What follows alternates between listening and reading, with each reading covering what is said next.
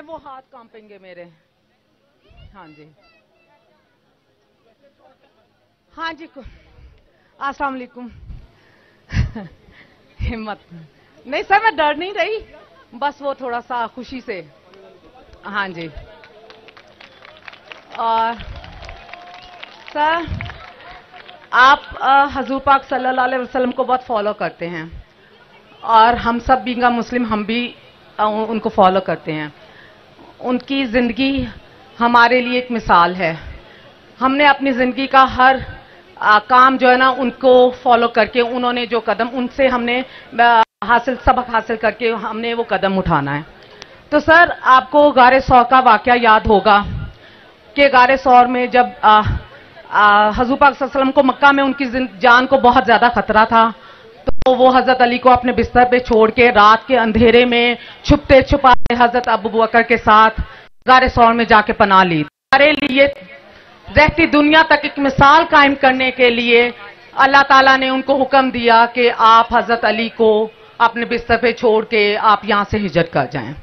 यहां से हमें सबक ये मिलता है कि जब इंसान की जान को इतना ज्यादा खतरा है और आगे इतना ज्यादा बड़ा मकसद भी हो, तो लीडर को मतलब के जब उस दुश्मन हमला कर दे तो उसको उस वक्त बहादुरी दिखाने की जरूरत नहीं, आपको पीछे छुप जाना, वहां से हट जाना चाहिए।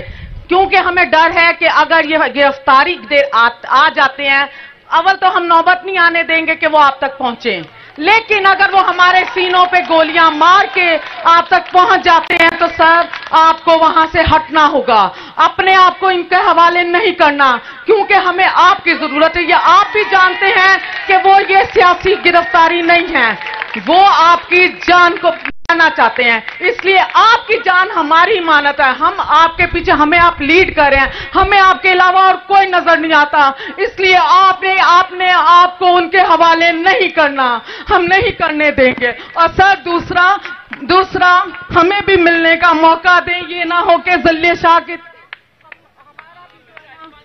मतलब क्या। जी जी जी, शुक्रिया। सुने जरा आप मेरी बात, गौर से जरा मेरी बात सुने।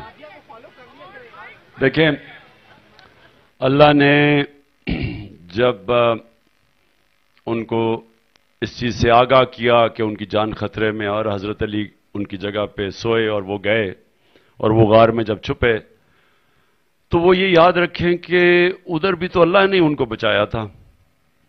यानी वो अगर वो जाला ना मकड़ा ना जाला बनाता और वो फाख्ता ना अंडे देती तो वो कैसे हुआ? यानी अल्लाह ने किया ना। तो देखें, इससे हम क्या सबक सीखते हैं? हम अपनी एहतियात करते हैं, हम एहतियात करते हैं जो अल्लाह ने हमें, बल्कि नबी सल्लल्लाहु अलैहि वसल्लम ने भी कहा कि अगर आप अल्लाह से दुआ करें लेकिन पहले अपने ऊंट को बांधें।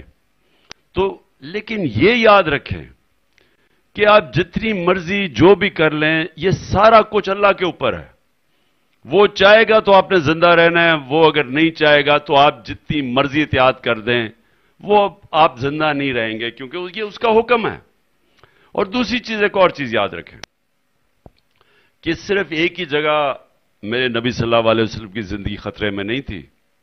आपको पता होना चाहिए कि जंगे ओहद में बहुत खतरे में थी उनकी जिंदगी, बल्कि वो जख्मी भी हुए थे। तो देखें, तो बजाय आखिर में अल्लाह ने उनको, वो भी मौजूद है कि वो जो बच गए, क्योंकि वो एक बड़ा खतरनाक वक्त था। अगर आप वो उसकी कहानी पढ़ें, देखें, हम कोशिश करते हैं, हमें कोई शक नहीं कि ये जो लोग हैं कौन है, मुझे पता है कौन है, मुझे पता है इनके पीछे भी कौन है, मुझे ये जो डर्टी हैरी है पता है इसके भी पीछे कौन है और ये क्यों कर रहे हैं ये भी मुझे पता है।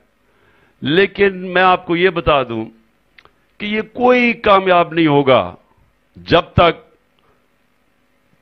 तक अल्लाह का हुक्म ना हो। और मेरा दिल ये कहता है कि अल्लाह ने मुझे तब तक जिंदा रखना है जब तक ये वो पाकिस्तान ना बने जिसके लिए मैंने 26 साल कोशिश की है।